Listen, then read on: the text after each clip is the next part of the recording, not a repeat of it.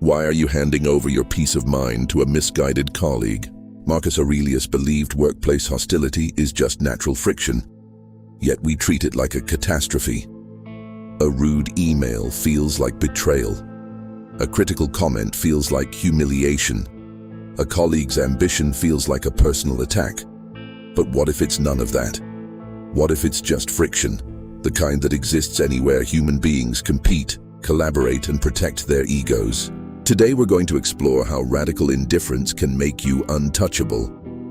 And here's the real question. Is your character strong enough to choose silence over conflict?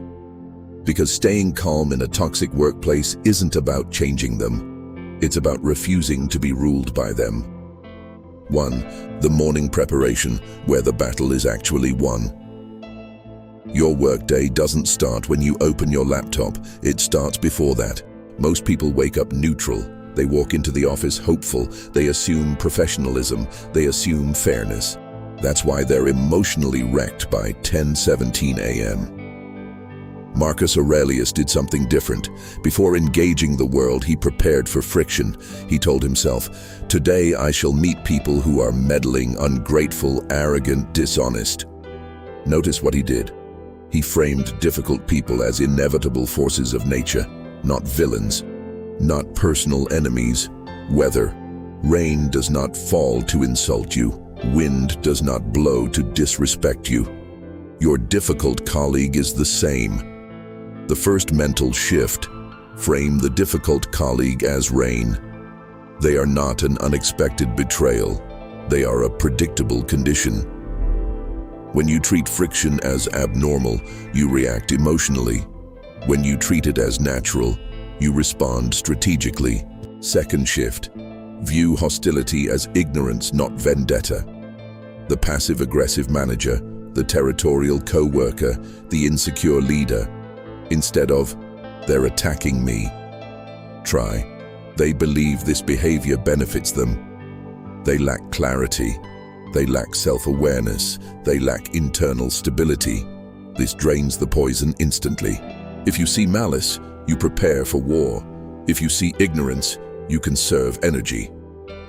Third shift: set the intention before exposure, before opening email, before walking into the building, before the meeting. Tell yourself, "Today there will be noise, digital and physical. I will remain unshakable." Not calm because the environment is calm. Calm because you decided to be. The workplace doesn't break you. Surprise does. Preparation dissolves surprise, and surprise is what fuels reaction. 2. Expect friction, or be ruled by it. Friction is not a malfunction of the workplace. It is the workplace. Ambition collides, ego collides, fear collides. If you expect harmony in a competitive system, you will suffer daily. Instead ask, "Am I dressed appropriately for this environment?" You don't curse fire for being hot. You handle it carefully. When you stop expecting fairness, you stop being emotionally destabilized by unfairness.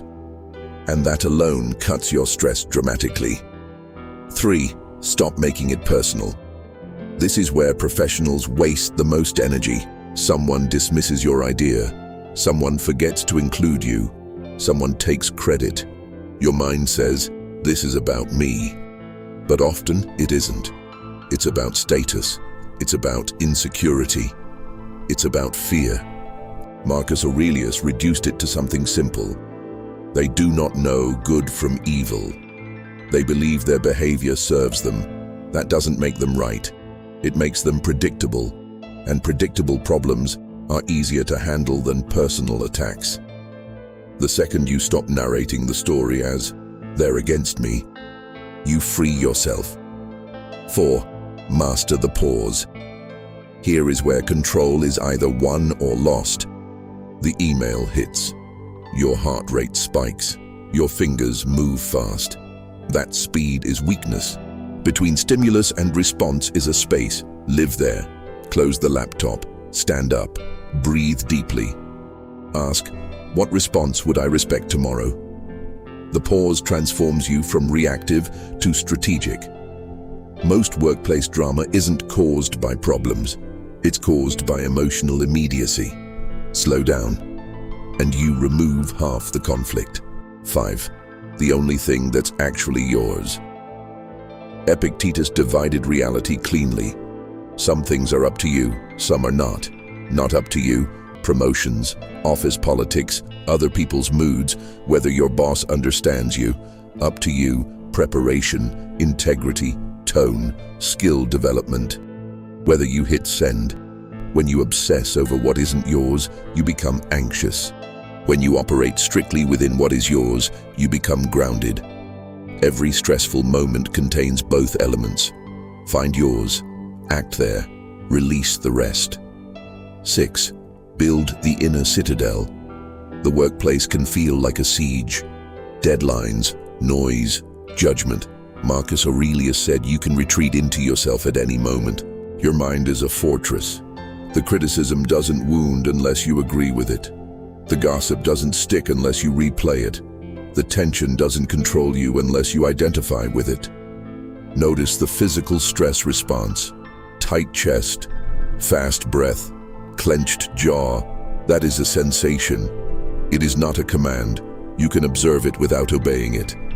This is daily training, not theory. Training. The person who controls their internal state cannot be manipulated externally. 7. The obstacle is the training. You want an easier workplace, but easier environments create fragile people. The difficult colleague trains patience. The unfair review trains detachment. The chaotic system trains adaptability. What stands in the way becomes the way. If the workplace were smooth, your character would stay underdeveloped. The friction is forging you. The question is whether you see it as punishment or practice. 8. The view from above. When you're inside workplace conflict, it feels massive. Zoom out. In 100 years, this building won't matter. This meeting won't matter. This argument won't matter. You could leave life right now. Does this email deserve your peace? Does this political maneuver deserve your evening? Perspective shrinks drama, and drama only survives when magnified. The deeper truth. The workplace may control your hours. It may control your income. It may control your workload, but it does not control your mind unless you surrender it. And surrender doesn't happen in the meeting. It happens in the morning, when you fail to prepare. So tomorrow, before you open your laptop, frame the difficult person as weather. See hostility as ignorance. Set the intention to remain unshakable. Then walk in prepared. Because peace is not the absence of difficult people. It is the refusal to be moved by them. The office will continue producing friction. Your job is not to eliminate it. Your job is to become the kind of person it cannot shake. And once you do, promotion or not, recognition or not, you've already won.